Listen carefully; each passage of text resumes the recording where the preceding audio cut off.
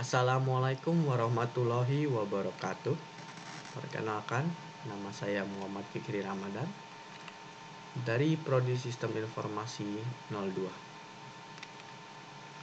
Pada kesempatan kali ini saya akan mempresentasikan ulangan tengah semester digital forensik.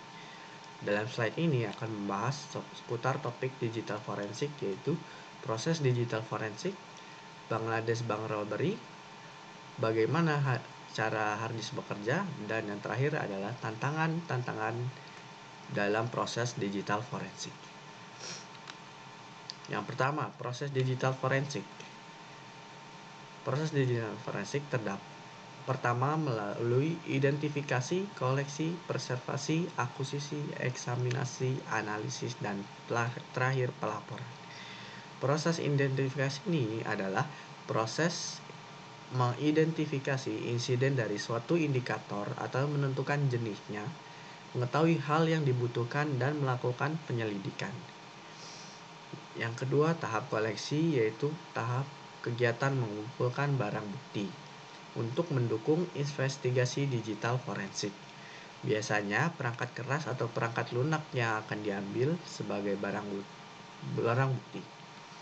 Bila barang bukti merupakan barang digital berupa gambar, suara, video, dan lainnya, maka berkas tersebut diambil dan dibuat salinannya. Karena berkas yang dianalisa adalah berkas salinannya saja, sehingga berkas aslinya tidak rusak. Yang ketiga, proses preservasi, yaitu kegiatan mengisolasi, mengamankan, dan memelihara atau melestarikan bukti fisik dan digital. Yang keempat, yaitu akuisisi. Secara alami, bukti digital rentan dan dapat diubah, dirusak, atau dihancurkan oleh pemeriksa atau penanganan yang tidak tepat. Pemeriksaan yang paling tepat dilakukan pada kopi atau bukti salinan dari bukti asli tersebut. Bukti asli harus diperoleh dengan cara melindungi dan mempertahankan integritas dari bukti asli. Yang kelima, eksaminasi atau menganalisis bukti. Tujuan dari proses eksaminasi adalah untuk mengambil serta menganalisis bukti digital yang ada. Ekstrak di sini mengacu pada proses pemulihan data digital yang diperoleh atau recovery informasi dari suatu media forensik.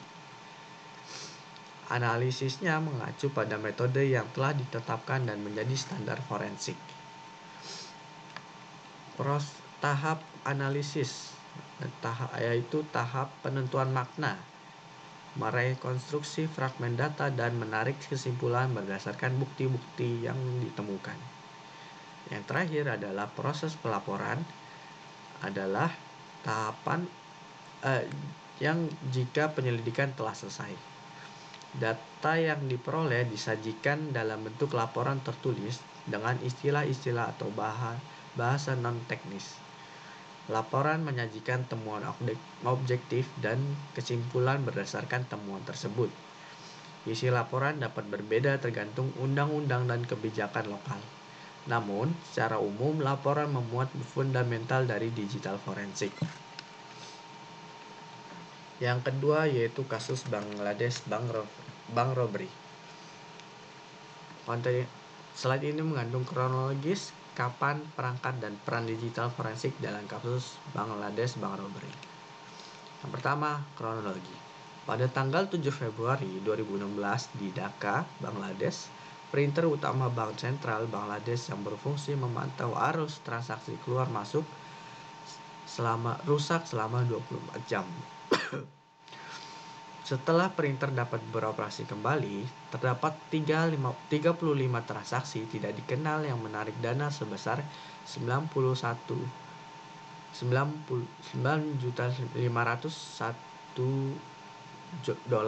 dari rekening Bank Federal New York. Pihak Bank Bangladesh berupaya membatalkan transaksi tersebut, tetapi layanan perbankan di New York saat itu sedang libur weekend. Timeline.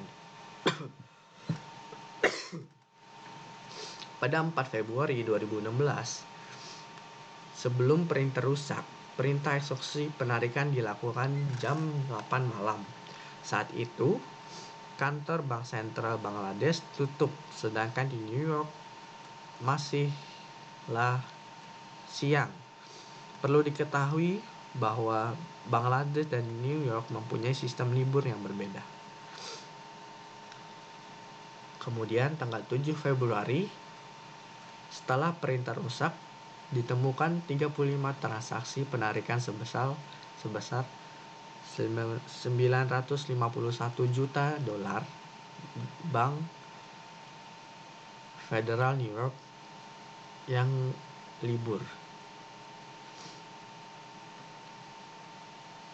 Kemudian 10 dari 30 transaksi tersebut dipending karena terdapat nama perusahaan Jupiter yang di blacklist oleh Amerika, dan terdapat beberapa tipe yang menjadi keberuntungan Bank Sentral Bangladesh ini. Kemudian tanggal 8 Februari 2016, $81 juta yang lolos dicairkan oleh pelaku, lalu dicuci melalui kasino di Manila. Perangkat digital yang digunakan pada kasus ini yaitu laptop atau komputer, hard disk, server atau jaringan komputer atau network sharing yang dihack, lalu printer. Lalu bagaimanakah peran digital forensik pada kasus tersebut? Digital forensik berperan dalam menemukan jejak footprint dan malware dari hacker yang digunakan untuk perampokan ini. Di samping itu, hasil penemuan juga membuktikan bahwa operasi berjalan di luar negara Bangladesh.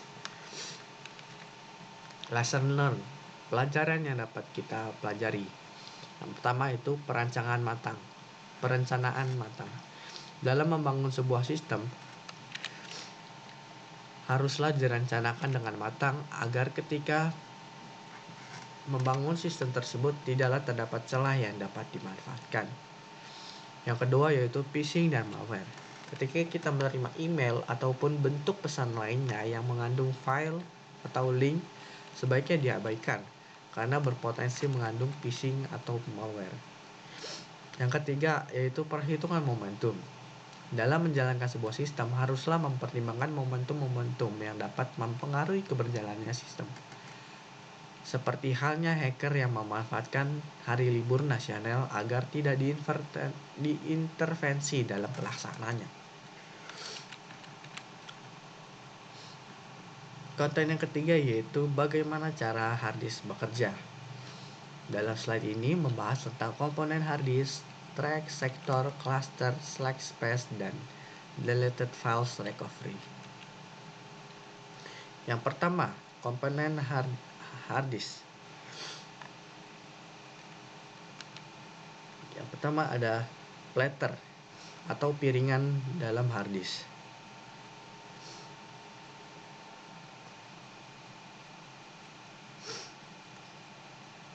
Platter adalah perangkat di dalam hard disk yang berfungsi untuk menyimpan data yang ada di komputer. Platter sendiri terbuat dari bahan keras seperti aluminium, kaca, ataupun keramik yang biasanya akan diselimuti dengan bahan magnetis. Untuk hard disk dengan kapasitas yang besar, biasanya dilengkapi dengan platter yang berjumlah lebih dari satu dan ditumpuk di tengah spindle motor.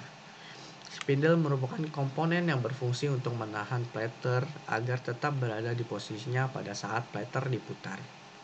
Dan terdapat motor yang berfungsi untuk memutar platter dengan kecepatan yang tinggi. Yang ketiga yaitu read-write actuator arm atau lengan aktuator.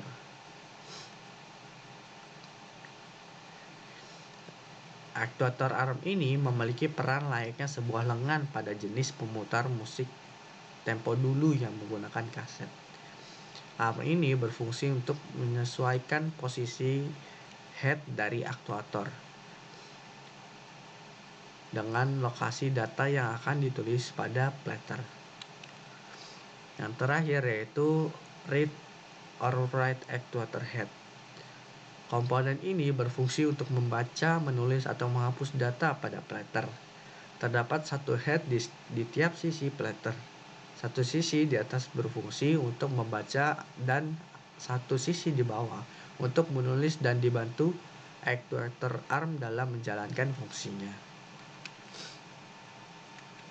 Track, sektor, dan cluster dalam harddisk.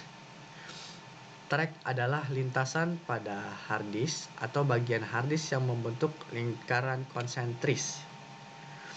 Biasanya track ini diibaratkan sebagai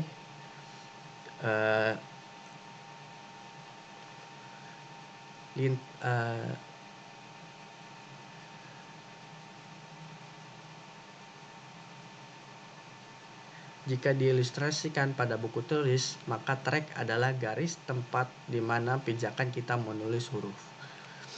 Sektor adalah jumlah lintasan yang terdapat pada sebuah track, dan sektor adalah bagian dari track. Cluster adalah lintasan yang terdapat pada sektor, kelipatan terkecil dari sebuah harddisk, yang dapat digunakan untuk menyimpan data atau merupakan lokasi penyimpanan terkecil dalam harddisk yang memiliki ukuran tergantung pada besarnya harddisk. Slack space. Definisi dari slack space. Slack space adalah ruang yang tidak digunakan dalam file allocation block atau memory patch yang mungkin menyimpan residual data. Kenapa slack space ini penting dalam proses investigasi? Peran slack space pada proses investigasi penting ketika file dihapus. Sistem operasi tidak menghapus file, tetapi sistem operasi hanya membuat sektor file yang ditempati tersedia untuk realokasi. Jika file baru yang hanya 200 byte dialokasikan ke sektor asli, sektor slack space sekarang akan berisi 200 byte data sisa dari file pertama selain ruang tambahan 112 byte asli. Data sisa tersebut, yang disebut data latent atau data ambient, dapat memberikan petunjuk kepada penyelidik tentang penggunaan komputer sebelumnya, serta petunjuk untuk penyelidikan lebih lanjut. Sebagai contoh, pada tahun 2016 misalnya, Biro Investigasi Federal atau FBI mengungkapkan bahwa mereka telah meninjau jutaan fragmen email yang berada di slack space dari server pribadi mantan Menteri Luar Negeri Hillary Clinton, atau untuk menentukan apakah server memiliki atau tidak menyimpan atau mengirim informasi rahasia dengan tidak benar. Lalu deleted files. Saat data dihapus dari hard drive, data tidak langsung terhapus, tetapi yang dihapus adalah lokasi dari data tersebut, lokasi byte yang membentuk dokumen, file, dan lain-lainnya yang dihapus. Data itu sendiri masih ada, namun lokasinya ditandai sebagai bebas atau free, dan akan dihapus segera setelah salah satu dari byte ini ditimpa atau overwrite dengan data baru. Konten yang keempat yaitu tantangan digital forensik. Yang pertama adalah kompleksitas data atau format data yang berbeda-beda. Kemajuan dalam teknologi digital telah memungkinkan kumpulan data yang sangat besar dapat diperoleh dan dianalisis. Bahkan format data terkecil biner dapat dikumpulkan dalam volume besar secara heterogen. Kumpulan data yang begitu besar membutuhkan alat yang canggih untuk reduksi data guna menyiapkan data untuk analisis. Yang kedua yaitu diversity data, yaitu perbedaan standarisasi format. Tantangan keragaman data berjalan sering dengan tantangan kompleksitas. Karena kemajuan teknologi memungkinkan peningkatan volume data yang akan dikumpulkan terjadi lebih cepat daripada pengembangan alat reduksi data untuk mengoptimalkan dan menyederhanakan analisis. Kurangnya standarisasi penyimpanan dan performatan bukti digital juga menjadi salah satu hambatan. Yaitu ketiga yaitu konsistensi dan correlation. Alat analisis digital yang ada sering digunakan secara terpisah. Bukti yang dikumpulkan dari sumber yang berbeda dan ada kebutuhan untuk mengkorelasikan data ini untuk konsistensi, temporal, dan logis. Ini sering membutuhkan banyak jam kerja manual dari penyelidik terlatih yang dapat menguras sumber daya penyelidikan. Yang keempat, volume. Volume data yang meningkat sering perkembangannya teknologi di bidang forensik dihadapkan pada masalah volume ini. Lebih dari sebelumnya, para penyelidik dapat mengumpulkan volume data yang belum pernah ada. Namun, alat otomisasi untuk menyimpan dan menganalisis data tersebut tertinggal. Yang kelima, Unified Timelining atau perbedaan format waktu. Ini muncul ketika banyak sumber menyajikan interpretasi stempel waktu yang saling bertentangan, referensi zona waktu, dan kemiringan atau pergeseran jam.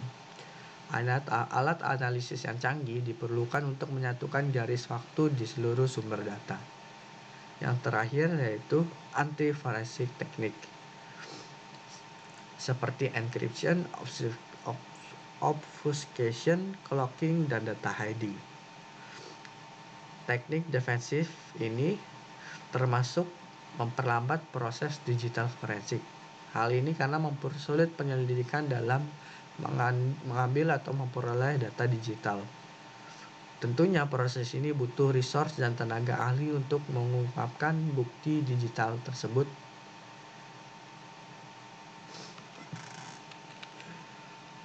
Sekian prestasi yang dapat saya sampaikan. Kurang lebihnya mohon maaf.